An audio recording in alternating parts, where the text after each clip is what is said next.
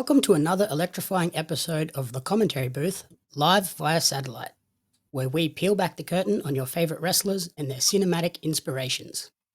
I'm your host, Jamie Apps, and today we're cranking up the excitement with a guest who hails from the gritty streets of Whitechapel, England, but now proudly calls the sun-drenched shores of Perth, Australia home. Joining us today, live via satellite, is none other than the reigning and defending Brewcha Libre Endless Grand Champion. There it is. And a former EPW Tag Team Champion, the King of Emos, James Hartness. All right, mate, how you doing? Not too bad, yourself? Yeah, not bad. Not bad. It's been a warm one over here today, so no complaints. It has been warm here as well. Yeah. Probably not anywhere near as warm as Perth, but it's such an odd one. We had some really bad storms recently over here. I say storms, but it was just wet like over the weekend, and then it's just like another 30-degree day. I can never get used to the weather. It's so temperamental. Big change from England. Oh yeah, absolutely. I think that's why I like Melbourne so much. It's every time I go to Melbourne, it's basically just like being back in England again. Like the weather's temperamental, but I'm expecting it rather than over here. It would just be hot for weeks at a time and then just rain. And I'm like, okay, that's fine. This is weird. Why is it raining here? Just getting climatized and then it starts pissing down. So, and as we mentioned, the Endless Grand Champion these days. Yeah, I am indeed. How fun is that one? Yeah, it's a lot of fun, but it's kicking up behind me. I'll bring it close to the old camera ski. So it's not. There you go. Bang. It's a good looking belt. This one. So nick that off Deltano and somehow managed to keep it in my grasp ever since. So it's not too fucking. It's too shiny, the bastard thing. There you go. That's all right. One of those belts that you constantly feel like you've got a target on your back, though. You can't do anything without being wary. Absolutely. When Ryan from Brewcha Libre hit me up about it, he's like, he's 24 hours, like it's 24/7 though. And I went, well, that's worrying. Like, I've got to like hide away for as long as I need it, and then just dodge everyone on show days. Yep. Yeah. You go to the gym, you go to training, and you just constantly like head on a swivel. Training's the worst one. I just have to stand in the turnbuckle the entire time, so no one gets me. Very smart. So today we're here. You're joining me today to chat about your favorite movies and their influence on your wrestling career. Yeah. Before we sort of dive into your specific chosen topic, how big a part of your life are movies and TV? Oh, absolutely huge. Like, I'm one of those people that can't go to sleep unless something's playing in the background. Like, I'm terrible for it. So, like, unless I've got like a podcast or a TV show, which is usually like Brooklyn Nine-Nine, but my partner loves Rick and Morty, so that goes on in the background when I'm staying with her. But films and TV have always been just a part of me, especially growing up. Just enjoying. You can't really do much in the UK, so video games, movies. Like I've seen Revenge of the Sith about 800 times. I could do it like back to front. I just absolutely love that. But even as I've grown up, like I'm just getting into the Fallout TV series. I've seen a couple of episodes of that. To date this episode horribly, that's just come out. So I've seen a couple of episodes of that and I'm hooked on it. So yeah, no, it's where I feel like I got taught very early on with wrestling training that it's better to draw inspiration from media rather than from pro wrestling, because then you just get called a poor man's Seth Rollins, for instance, or a poor man's Bray Wyatt.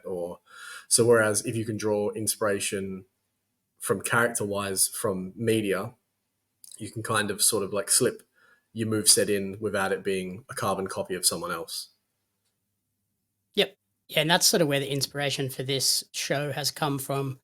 I obviously have the Commentary Booth, which is a movie and TV review show, but I obviously also do a lot of wrestling interviews, doing the wrestling trading cards and things as well. So I thought, wait, a lot of people, they definitely have that crossover potential. Yeah, definitely. Let's sort of highlight those things and how people have used other forms of media to influence their wrestling characters. Yeah, absolutely. Like Jesse Lambert's another one. If you ever get him on here, he'll just non-stop talk about like Scooby-Doo and have him on the list. Yes, and that is exactly the movie he picked. Oh, that one's gonna be a marathon episode because him and early 2000s comedies just go hand in hand, unfortunately for everyone around him. So bless him. Yeah, that should be a fun one. Yeah. Uh, so the big question for today is, what have you chosen as your topic of favorite movie or TV show that has most influenced your wrestling? So I chose the film Snatch by Guy Ritchie.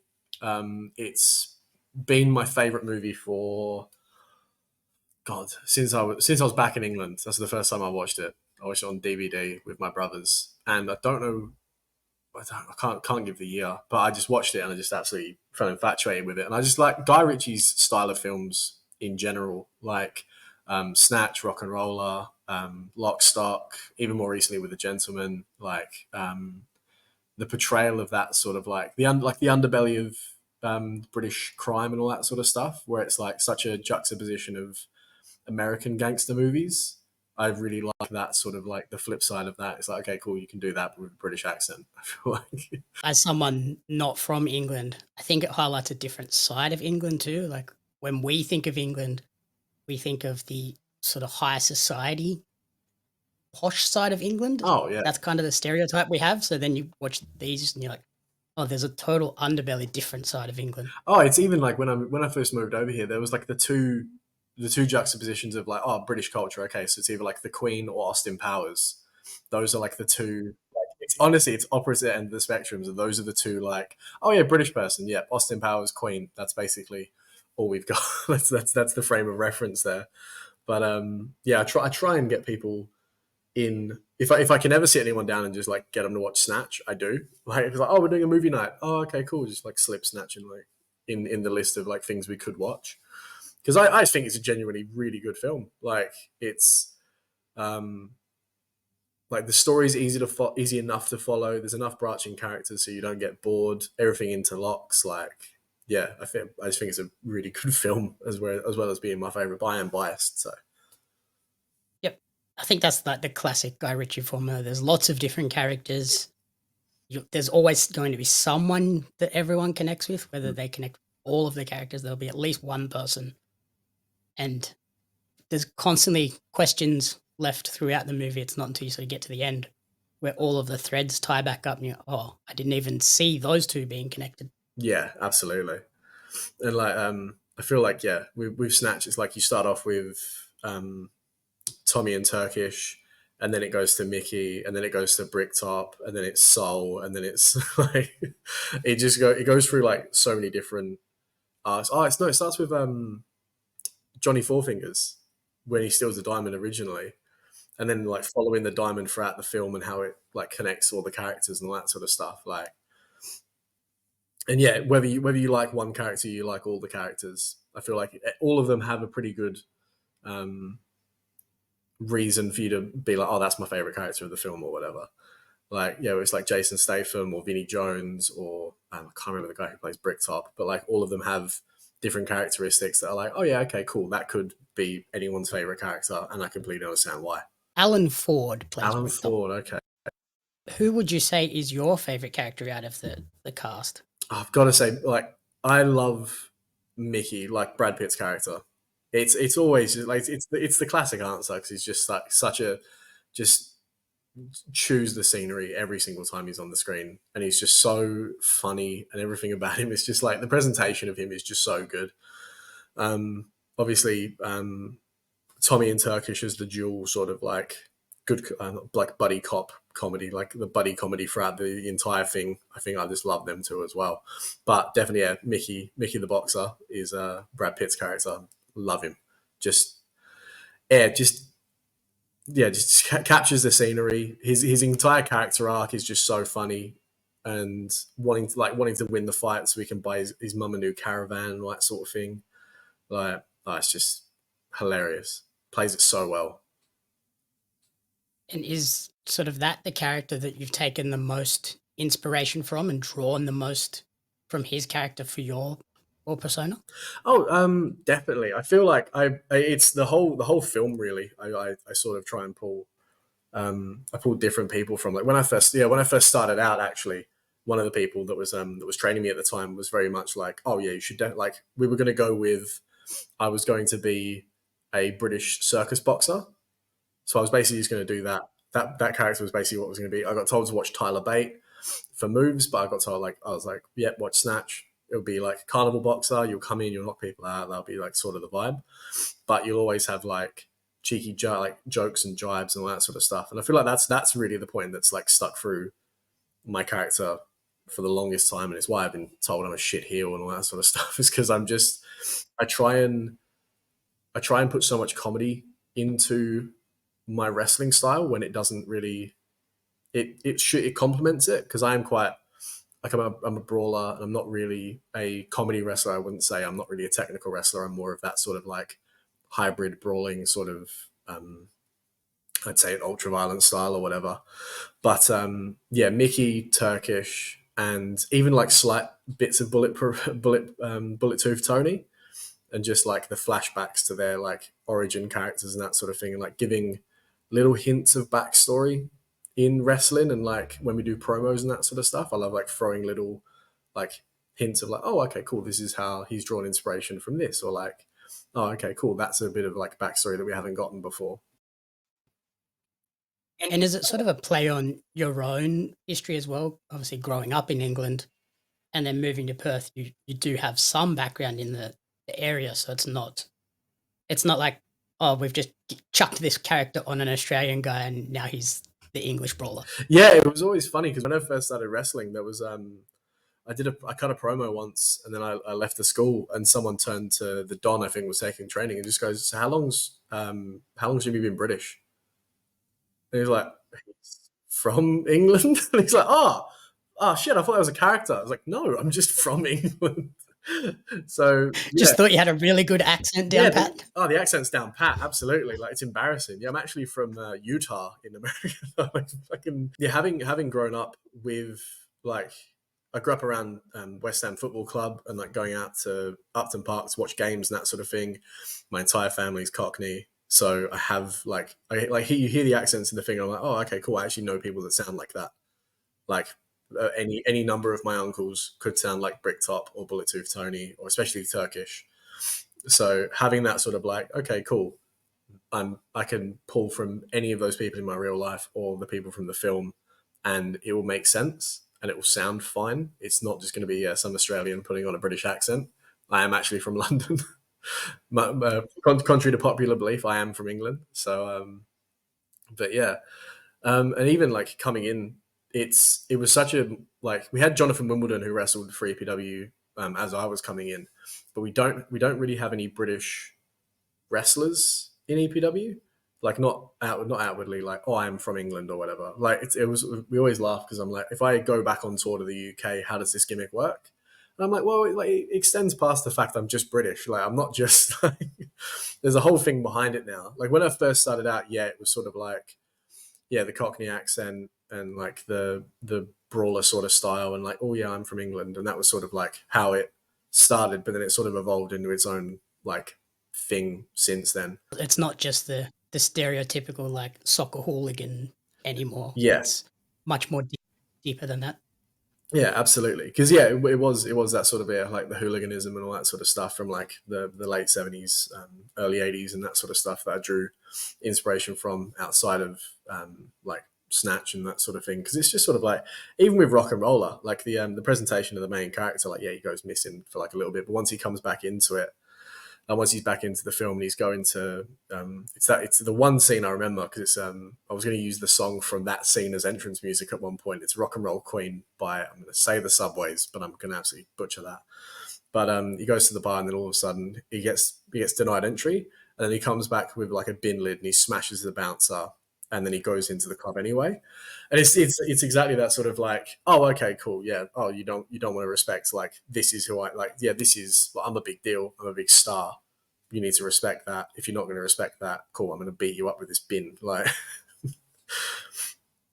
especially more recent times, I guess that is more of an actuality with how I wrestle. So yeah, it all ties back into now you're doing some of those the deathmatch shows and the no ring shows, so it all fits into your inspirations are now playing out in the ring as well. Oh yeah, absolutely, absolutely.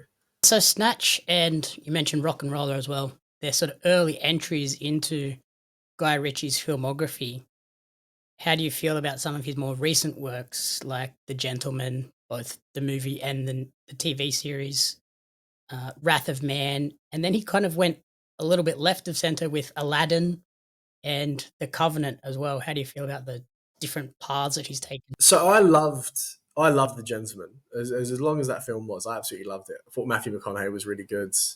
Charlie Hunnam again coming back in like as an actor. I quite liked that film. I used some of the soundtrack for like backing music for a promo at one point. And yeah, again, it's that like the intertwining stories of like different like different pathways all leading to the same endpoint, and like the presentation of like the gentleman villain, like the gentleman gangster and that sort of stuff, and of having that like, oh yeah, okay, yeah, like they're in the like the dirty underbelly, seedy sort of like world of crime or whatever, but they're not as bad as the really shitty people that are like on the opposite side of that. So it's like, oh, okay, cool. You can understand why they'd sort of like be pillars of the community that they're in, rather than the people that are like coming in to sort of like wreck wreck that for everyone. I didn't see Aladdin because I saw the trailers for it and I was like, oh shit. And then it went Guy Ritchie and I went, fuck, what? Why is Yeah, he what? I was very confused by that. Yeah, I was like, what is he doing Aladdin of all things? But to be fair, I'm not really a big fan of these of the live action Disney remakes. I did watch the Lion. Oh, I Yep. say Lion King's not really live action, is it? It was CGI. It it was a weird one because they were promoting it as a live action Oh yeah, I didn't. remake, and it definitely wasn't. It was just Oh, better animation. oh, it was so odd. I didn't. Yeah, no, I didn't get. I didn't get. I watched it, of course, because Lion King's a banger, and I was like, oh, we'll see. I'll go and see it, and that sort of thing. Yeah, weird, so weird. I can't do the photorealistic animals; they're scary. Even with the Jungle Book, Yeah. is going off kilter. When they released the Jungle Book, I love specifically. Oh God, his mind's gone out of my head. But the King Louis, whoever played him, oh, he's gone from my mind. Oh no, I'm gonna feel really bad about this. It's not Willem Dafoe either. Whoever played King Louis, I was like, I really liked his performance in it, but oh, that's gonna kill me. I'm not gonna remember who he is. I'll have to reconcile that later. But all the photorealism in that with Baloo and Bugger, and I was just like, this, it's not for me. It's not for me. If it's animated, It's it's very animated. off-putting. Just keep it as animated. It's fine. Yeah, his newer stuff. I've seen The Gentleman. I haven't seen the TV show yet, but I've seen the film. And which one was Covenant? The war movie, um, basically two guys in Iraq, and it's a soldier trying to get a local Iraqi across the desert to safety. It was on Amazon Prime, and I thought it was fantastic. It was just very different because I was expecting a gangster movie, and then you see the trailer, you're like, oh, hang on, it's Guy Ritchie, but it's not Guy Ritchie, and it's also different because it's not this whole cast of slew of characters. It's basically just 2 people, and it's very centered on them the whole time. Yeah, he has his bag of tricks that he likes to go into to sort of just go and haha, and here is another actor I'm friends with, like, which is absolutely fine. I'm fine with that because the actors that are in his films are always good. But yeah, you need to stray from formula every now and again. Like, I can completely agree with that. But yeah, no, I haven't seen any of his recent stuff. Bless him. No, I swear there was another one that was an odd one that came out recently. There was Guy Ritchie, and I didn't understand it. I watched The Gentleman because it was like, oh, Guy Ritchie's new gangster film, and I was like, okay, cool, I'll watch that. But then yeah, past that, no, his more recent stuff hasn't really appealed to me, especially Aladdin. That stuck with me. Yeah. If you liked the Gentleman film, I think you'll really enjoy the series as well. Oh, let's check it out. Absolutely. And then in a few days' time, at the time of recording, his latest movie is due to come out, the Ministry of Ungentlemanly Warfare. Ooh. Have you sort of been able to check that out, or do you have any feelings about that one before it releases? I haven't. I didn't even know he was bringing anything new out. Honestly, it's I'm a bit out of the loop with new releases unless they're coming on to straight onto Prime or anything like that. Like I'm a bit of a homebody as of late. I've been nursing a bit of a back injury after my match with Mike.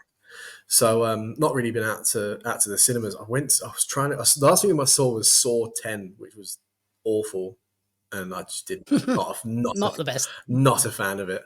I'm not really been into like big horror movie person. Not big into Saw. Like the cop drama, hilarious. Other than that, not really into that sort of style of horror movie. I'm a slashers, Yep. psychological horror sort of vibe. But Fair enough. yeah, I was supposed to go and see. What was I supposed to go and see recently? And I just completely fucking blanked on it. I was supposed to go and see Dune with some of the boys, and Oh, yep. I completely forgot to go and see that. But apparently, that's really good.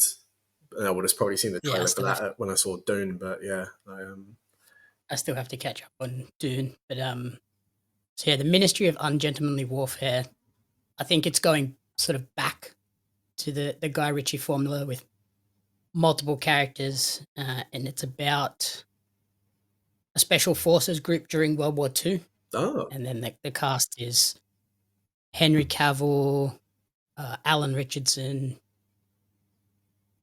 Who else have we got in here? Carrie Elways. I feel like I might have heard about this, but I haven't seen any trailers for it or Yeah, so anything. it's a.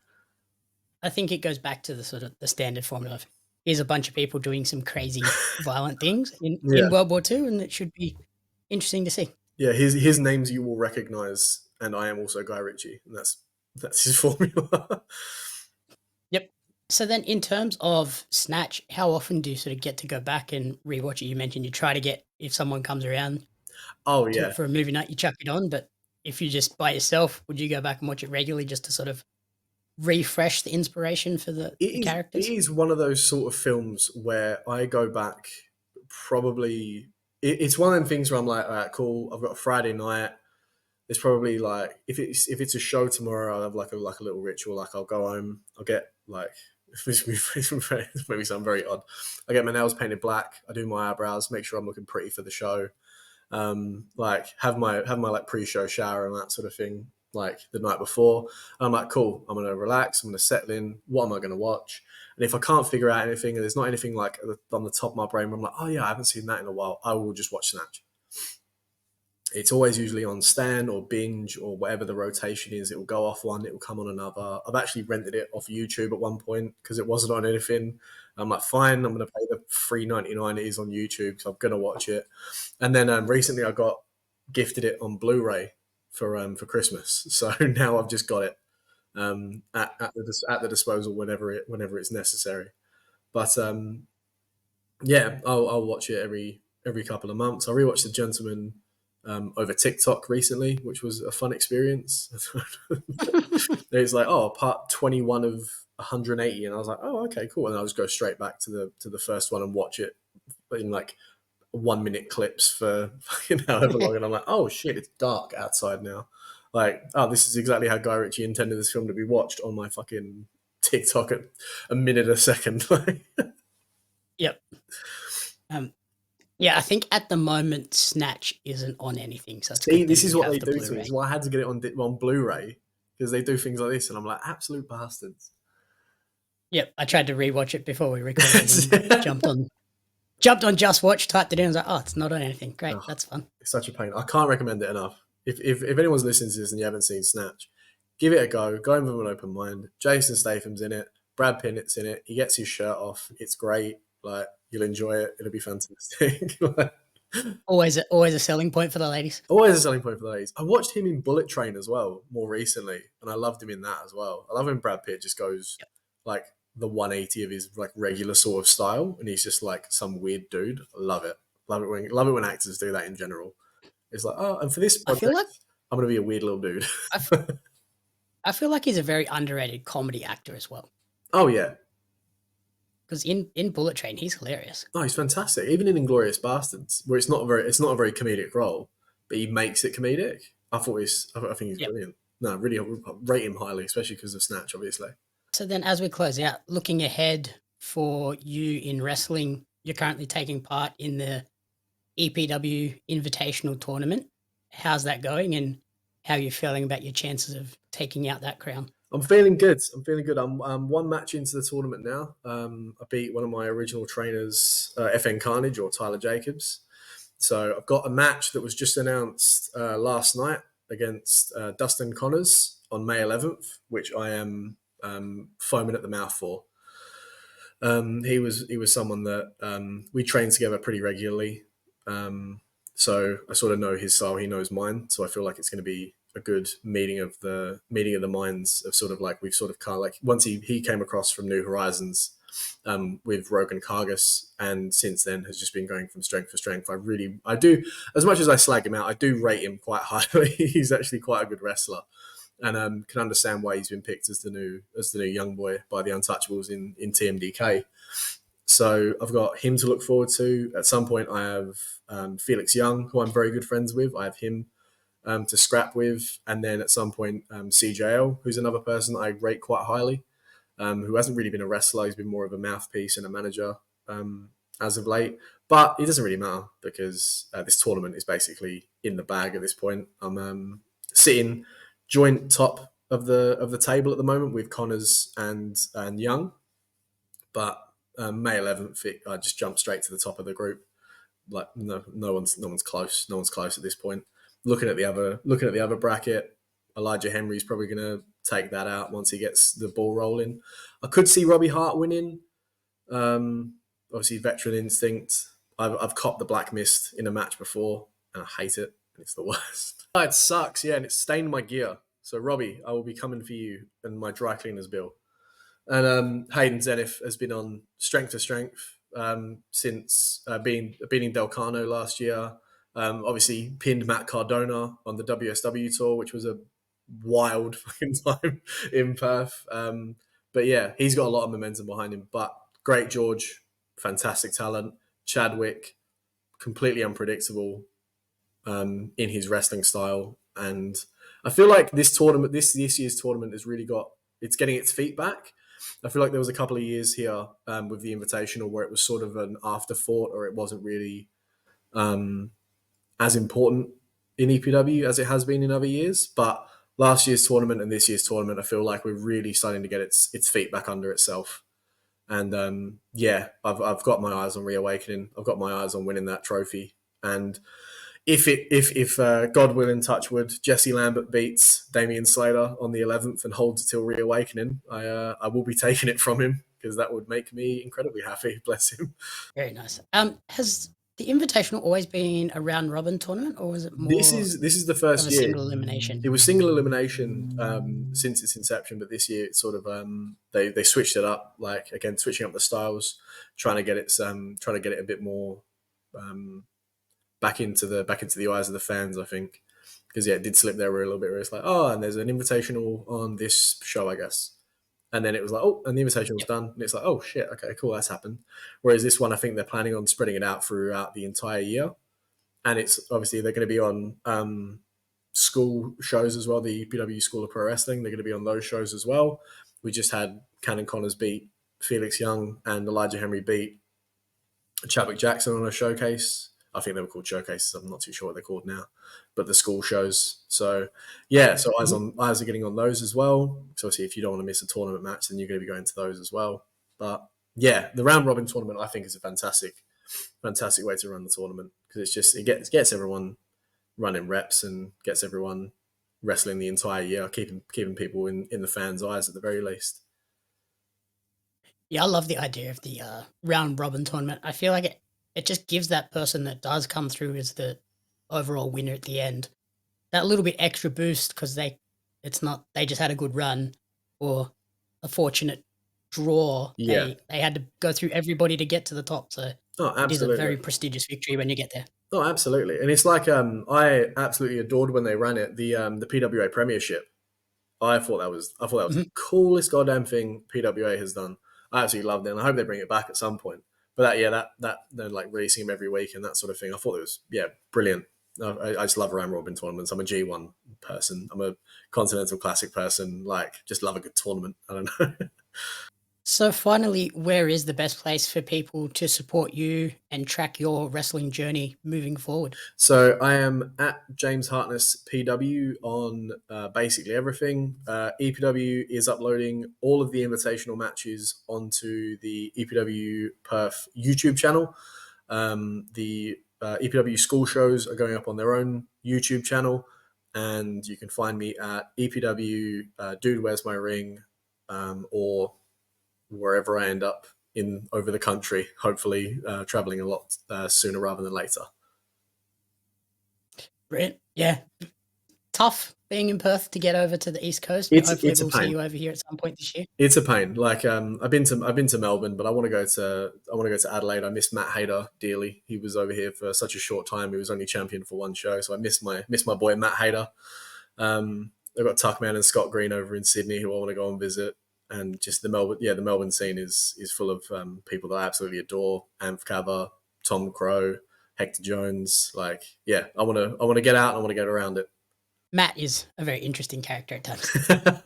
He's very entertaining, but he can grind people's gears the wrong way. I have heard he hasn't done me yet, but I'm sure he'll get there. Yep. Alrighty, thank you so much for jumping on the show, and thank you everyone for listening to our new show, The Commentary Booth, live via satellite. If you enjoyed the show, please remember to rate, review, and subscribe on podcast services and on YouTube. You can follow me on social media at Jamouts Media and at Pario Magazine. James, thank you for jumping on the show, and good luck with the tournament, and we'll hopefully see you take that crown home. Oh, thanks so much for having me, and yeah, fingers crossed we'll get it done.